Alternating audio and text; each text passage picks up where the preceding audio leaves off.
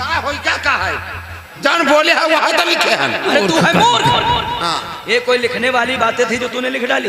दादा दुर्योधन तो कह रहे हैं जौन बोली वह लिखो और वह लिखे हैं। अरे तूने तो हमारे नाक में दम कर रखा है। वो लिखने के लिए तुमको संकेत दे रहे थे कि तुम तैयार हो जाओ। वो जो मुख से कहते गए तुम सब लिखते गए। हम सब लिख दें। अरे ये सब कुछ गलत है, काट इसको। ये सब गलत है। हाँ अरे चलो जब हम बताएं तब लिखना। बोलो भांजे। चलो तैयार हो जाओ लिखने के लिए। तैयार है दादा। चलो लिखो, चलो लिखो। और यदि चक्रव्यूह को तोड़ दिया तब तो कल्याण तुम्हारा है।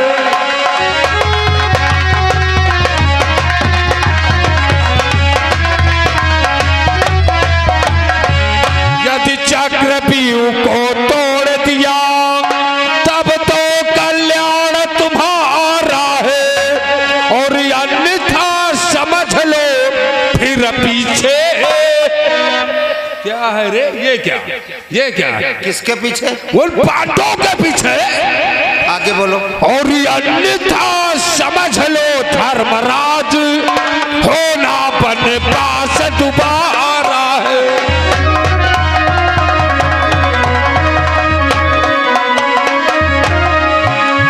अन्यथा समझ लो धर्मराज होना बनवास दोबारा है।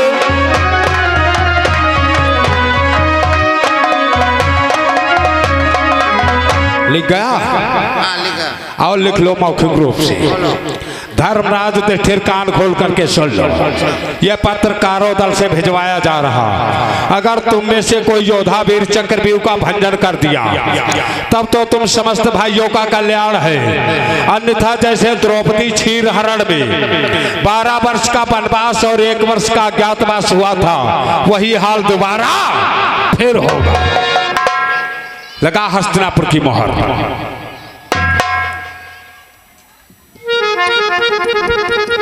चंचल पथ लिख गया, चलो पढ़ करके सुनाओ। का जरूरत है पत्र को सील कर दिया है। अरे मैं भी सुनूं, इसमें कुछ गलत तो नहीं कर दिया है? सही लिखा है दादा। तो पढ़ करके सुनाओ। देखो मामा तो सच ही तो कहते हैं, सुना दो। सही लिखा है? तो कब हो मामा तू का ख्वाबा जी भी है। रिश्वत की बात करेगा तो मार डालूंगा तुमको। सही अरे सुना पढ़ करके। सुनाई दे सुनाई दे सुनाई दे। अरे सुना। जो खोल दे है पत्र।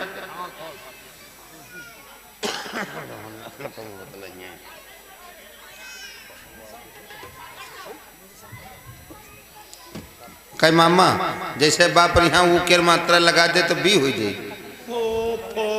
बी नहीं बू हो जाएगा। अच्छा गलत किया तूने, काट दिया। चलो सुनाओ। गलती हो जाए तो माफ करा दे मामा। अरे सुना। सुनाई थी काटे वाली रखो, काटे वाली रखो। इससे क्या होता है? काटे वाली है हमारे पंप पर बैठे थे।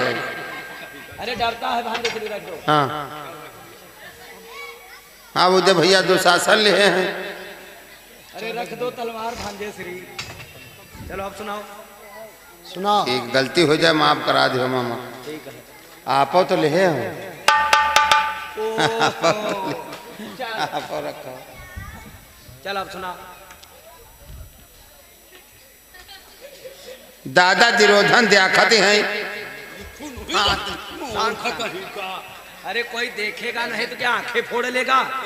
दादा दुर्योधन देखते हमारे हवा खतखती है। चलो मत देखो। अरे तो आंखें। अरे मत देखो। चलो अब सुनाओ। कोई नहीं देखता है। अब उधर दुशासन आंखी निकालते हैं चल रहा इसे। अरे मत देखो भांजे, नहीं तो ये सारा समय वही ना। चल पढ़ करके सुना, नहीं देखूंगा। हाँ चलो आप सुनाओ। गलती हो जाए तो माफ करा देते मामा। एक सुनाओ। यदि चक्र व्यूह को तोड़ दिया तब तो कल्याण तुम्हारा है। पांडव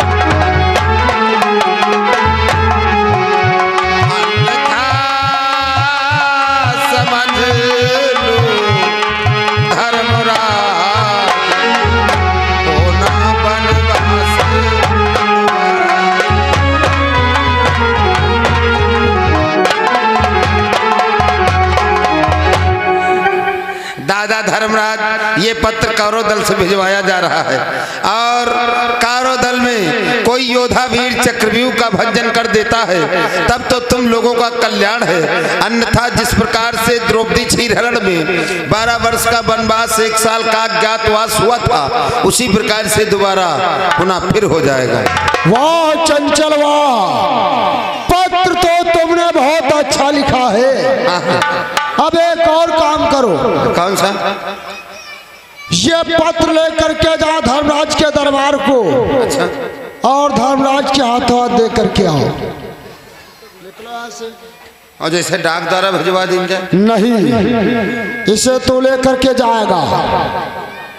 जाओ। दुश्मनी का मामला यार चला चला। अरे दुश्मनी हमारी है, तुझसे क्या लेना दे रहा? ऐसा न हो मुख्यमंत्री संतरी गिराक बधिया कह दे।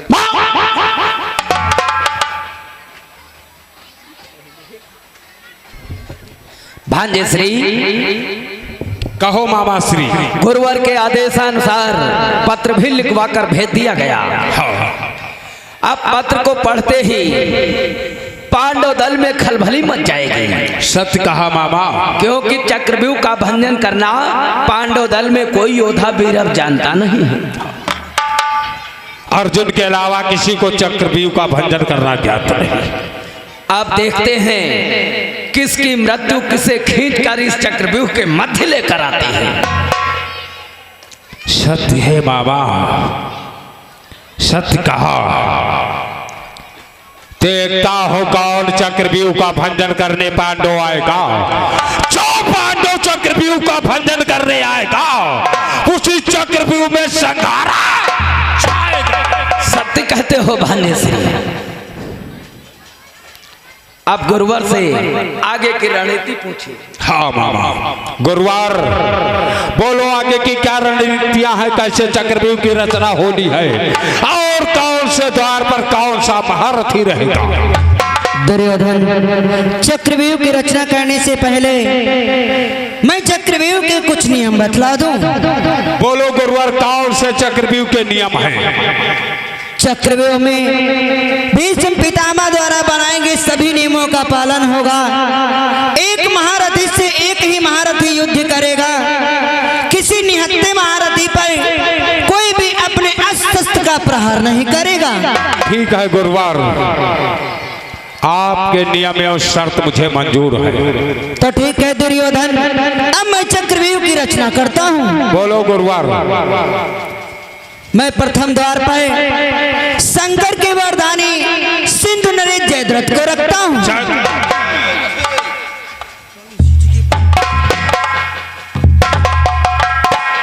वाह गुरुवार वाह, प्रथम द्वार की रक्षा मैं स्वयं करूंगा गुरुदेव। और प्रथम द्वार पर वो कायर भीम की रास्ता देखूंगा गुरुदेव। बच नहीं सकेंगे वह पांडव मेरे इस कोप तुधारे से। आर्थियां उठेंगी पांडव की मेरे उस प्रथम द्वारे पे। इसलिए गुरुदेव मेरा प्रणाम स्वीकार हो, मैं प्रथम द्वार की ओर प्रस्थान करता हूँ। जाओ जयद्रथ, तुम्हारी विजय हो। और गुरुवार, दूसरे द्वार का कौन सा महारथी होगा। दुर्योधन, दूसरे द्वार की भागदौड़ मैं स्वयं संभालूंगा। क्या कहा गुरुवार, दूसरे द्वार को आप स्वयं संभालोगे। हाँ दुर्योधन। फिर भी ध्यान रखो मेरे साथ में किसी प्रकार का कपट एवं छल नहीं होना चाहिए। नहीं दुर्योधन, जब हमने ही प्रतिज्ञा की है तो तुम्हारे साथ छल और कपट कैसा। वाह गुरुवार, और तीसरे द्वार का कौन सा महारथी होगा। तीसरे द्वार पर कुल गुरु कृपाचार्य रहेंगे। वाह, कुल गुरु कृपाचार्य। और चौथे द्वार का कौन सा महारथी होगा।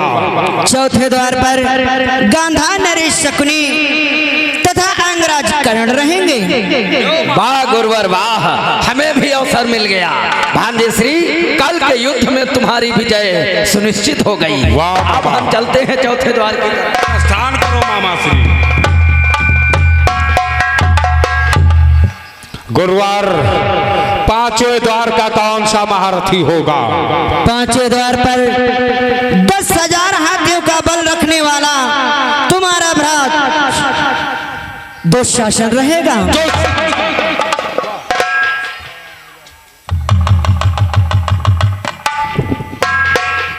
वो गुरुदेव पांचों द्वार की रक्षा मैं करूंगा और उसका भेद का इंतजार मैं पांचों द्वार पर करूंगा।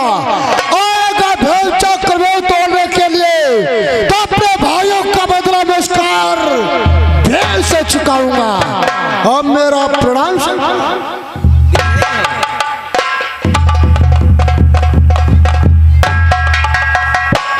और गुरुवार छठे द्वार का कौन सा महारथी होगा? छठे द्वार पर हमारा पुत्र अश्वत्थामा रहेगा। वाह गुरुवार अश्वत्थामा। और सातवें द्वार का कौन सा महारथी होगा?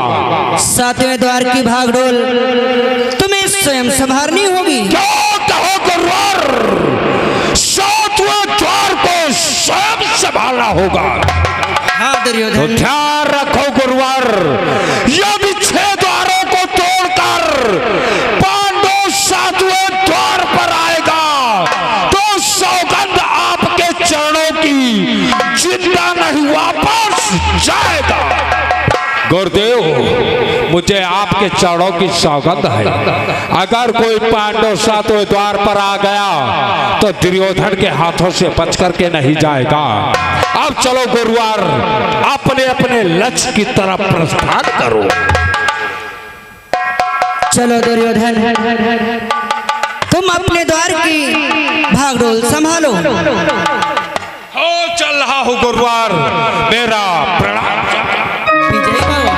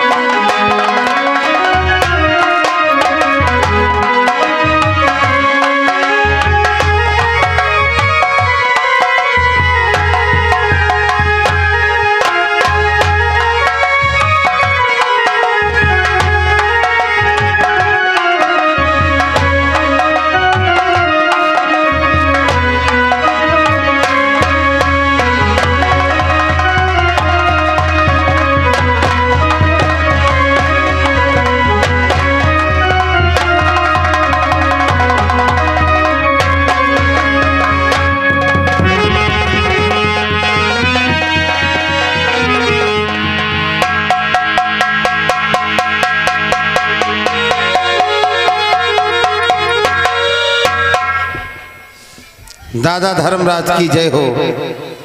दादा श्री, हम कौरव दल से आए हुए हैं। कौरव दल आप लोगों के लिए एक पत्र भिजवाया है, ये ले।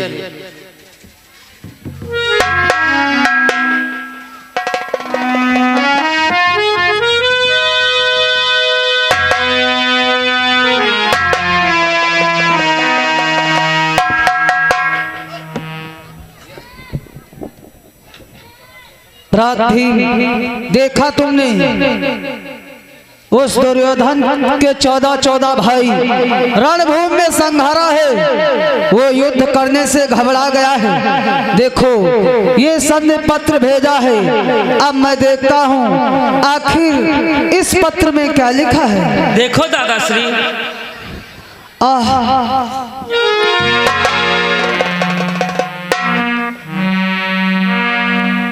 क्या हुआ दादा? आखिर इस पत्र में क्या लिखा है? राधी, जानते इस पत्र में क्या लिखा है? क्या लिखा है? इसमें लिखा है कि अभिचात्री विव को तोड़ दिया, तब तो कल्याणी हमारा है।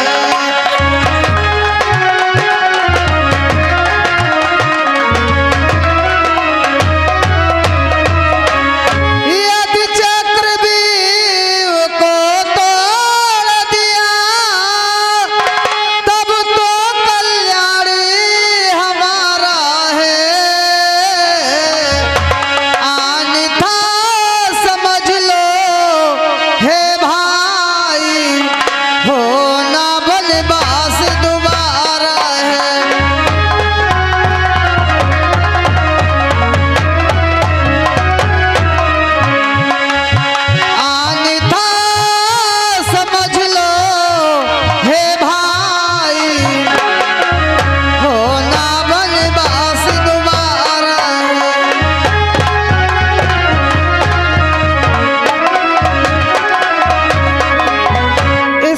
में लिखा है अगर हम चक्रव्यूह का खंडन कर दें तब तो मेरा कल्याण है, अगर हम चक्रव्यूह का खंडन नहीं कर पाए तो जिस प्रकार से हमें 12 वर्ष का वनवास और 1 वर्ष का अज्ञातवास मिला था दोबारा फिर मिल जाएगा। दादा श्री चक्रव्यूह का खंडन तो सिर्फ भ्राता अर्जुन को पता है, हम 4 भाइयों को नहीं पता है, तो क्या दादा श्री हम सभी को फिर से वनवास हो जाएगा? रात भीम ये तुम क्या कर रहे हो? वो दिन याद करो जिस दिन द्रौपदी का चीर खींचा जा रहा था, तुमने क्या प्रतिज्ञा किया था? उन प्रतिज्ञाओं को भूल गए या तुम्हें याद है? दादा श्री उन प्रतिज्ञाओं को भीम कैसे भूल सकता है?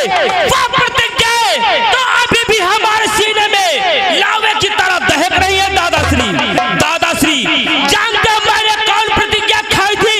कि जो काल प्रतिज्ञा की मैंने उसको ही प्रथम करूंगा मैं, उसको ही प्रथम करूंगा मैं, उस महानीच दुर्योधन की रण में जंग करूंगा मैं।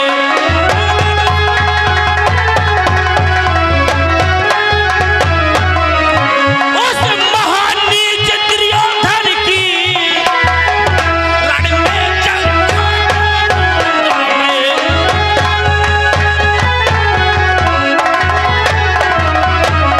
सर्वप्रथम मैंने सौगंध खाई थी कि मैं दुर्योधन की जंघा को तोड़ूंगा, और दूसरी सौगंध खाई थी कि तोड़ूंगा भुजा दुशासन की, छाती से लोहू खींचूंगा, छाती से लोहू खींचूंगा, तेल की जगह सर में डालूं, पंचाली के केस बंधाऊंगा।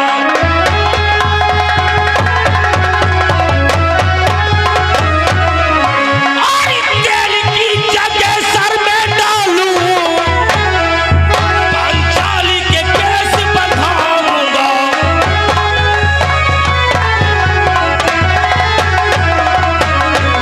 दुशासन की भुजा को उखाड़कर और उसकी छाती को चीरकर उसमें से जो गरम गरम लहू निकलेगा, उस लहू से पंचाली अपने केसों को धुलेगी।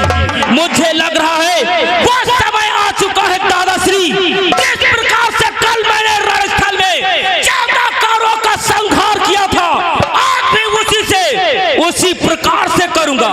इसलिए दादा श्री की है दादा श्री यह क्या दे दो, मैं रणभूमि में जाता हूँ, मैं रणभूमि में जाता हूँ, आने जाने की देर नहीं, मैं उसे तोड़ कर आता हूँ।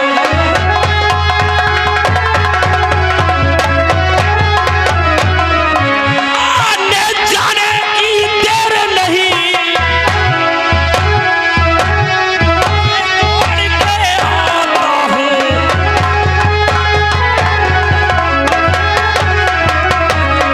हे दादा श्री आप मुझे आज्ञा प्रदान करें, मैं चक्रव्यूह का खंड खंड करने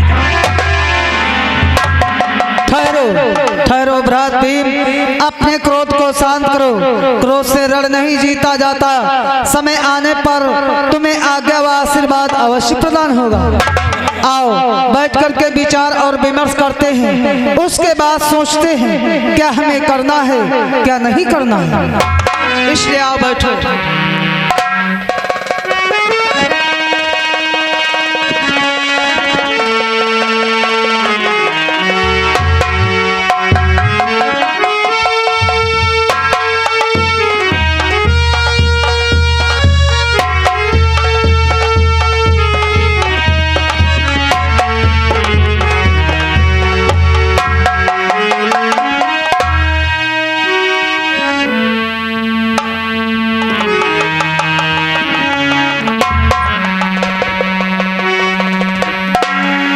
सर्वप्रथम ताऊ जी के चरणों में अभिमन्यु का प्रणाम स्वीकार हूँ।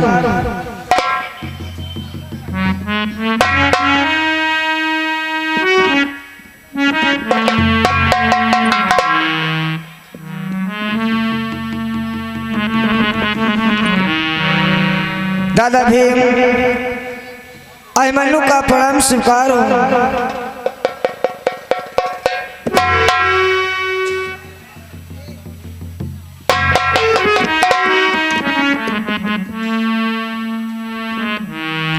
चाचा नकुल का सहदेव अभिमन्यु का प्रणाम स्वीकार हो।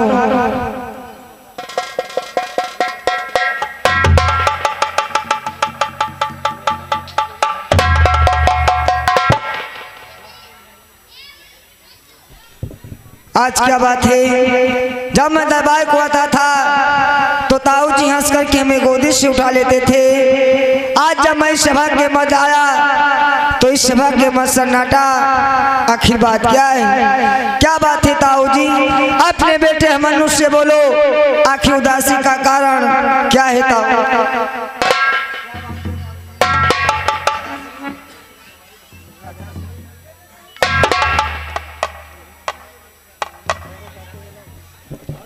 ताऊ जी आखिर आप क्यों नहीं बोल रहे हो? आखिर बात क्या है ताऊ जी? ताऊ जी